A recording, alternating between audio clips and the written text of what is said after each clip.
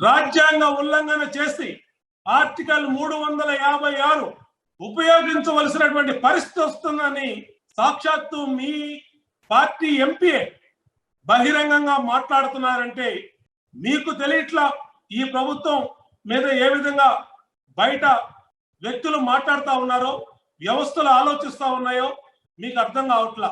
కానీ ఈ రాష్ట్రంలో ప్రతి మేధావికి, ప్రతి వ్యక్తికి కూడా మీ ప్రభుత్వం ఉల్లంఘనలు, కక్ష సాధింపు, వేధింపు, ఈ సంఘటనలన్నీ కూడా ప్రజలందరూ కూడా తెలుస్తా ఉన్నా మొద్దు నిద్రపోతుంది జగన్మోహన్ రెడ్డి ప్రభుత్వం.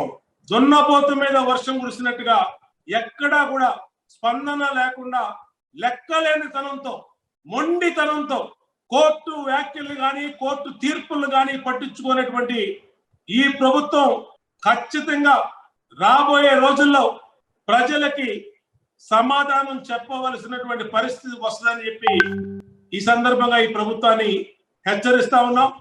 ఆంధ్రప్రదేశ్ పరువు ఢిల్లీలో కూడా, సుప్రీంకోర్టులో కూడా తీస్తున్నటువంటి ప్రభుత్వం జగన్మోహన్ రెడ్డి ప్రభుత్వం. భారతదేశంలో 29 రాష్ట్రాల్లో ఏ రాష్ట్రం మీద కూడా, ఏ ప్రభుత్వం మీద కూడా ఇన్ని సార్లు న్యాయ వ్యవస్థలు వ్యాఖ్యలు చేయలేదు. ఇవాళ ఆంధ్రప్రదేశ్ లోని మొండి ప్రభుత్వం, మొండిగా వెళ్తున్నటువంటి జగన్మోహన్ రెడ్డి ప్రభుత్వం మీదే హైకోర్టులో కానీ, సుప్రీంకోర్టులో కానీ ఈ విధంగా తీర్పులు వచ్చినాయి, ఈ విధంగా వ్యాఖ్యలు చేస్తా ఉన్నారంటే రాష్ట్ర పరువుని ఈ ప్రభుత్వం, జగన్మోహన్ రెడ్డి గారి ప్రభుత్వం తల దించుకునేటట్టు చేసిందని కూడా ఈ సందర్భంగా తెలియజేస్తా ఉన్నాం.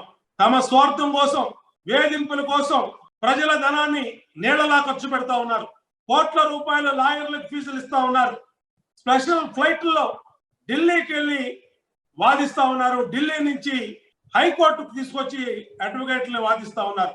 ఏ ప్రభుత్వం అయినా రాజ్యాంగాన్ని అమలు చేయమని కోర్టులకు వెళ్తాయి. ఎక్కడా కూడా స్వతంత్రం వచ్చిన ఇన్ని సంవత్సరాల చరిత్రలో రాజ్యాంగాన్ని ఉల్లంఘిస్తాం మేము, మా ఉల్లంఘనకి మీరు ఆశిస్సులు ఇవ్వండి కోర్టులకు ఎక్కడా కూడా వెళ్ళినటువంటి చరిత్ర లేదు. మొట్టమొదటి రాజ్యాంగ ఉల్లంఘనకి మాకు అనుమతి ఇవ్వండి అని చెప్పి జగన్మోహన్ రెడ్డి ప్రభుత్వం ఇన్ని కోర్టు కేసులు ఇవ్వబట్టే ఇన్ని తీర్పులు ఈ ప్రభుత్వానికి వ్యతిరేకంగా వచ్చినాయి. ఇది సిగ్గు చేటు అని చెప్పి కూడా ఈ ప్రభుత్వానికి హెచ్చరిస్తా ఉన్నాం.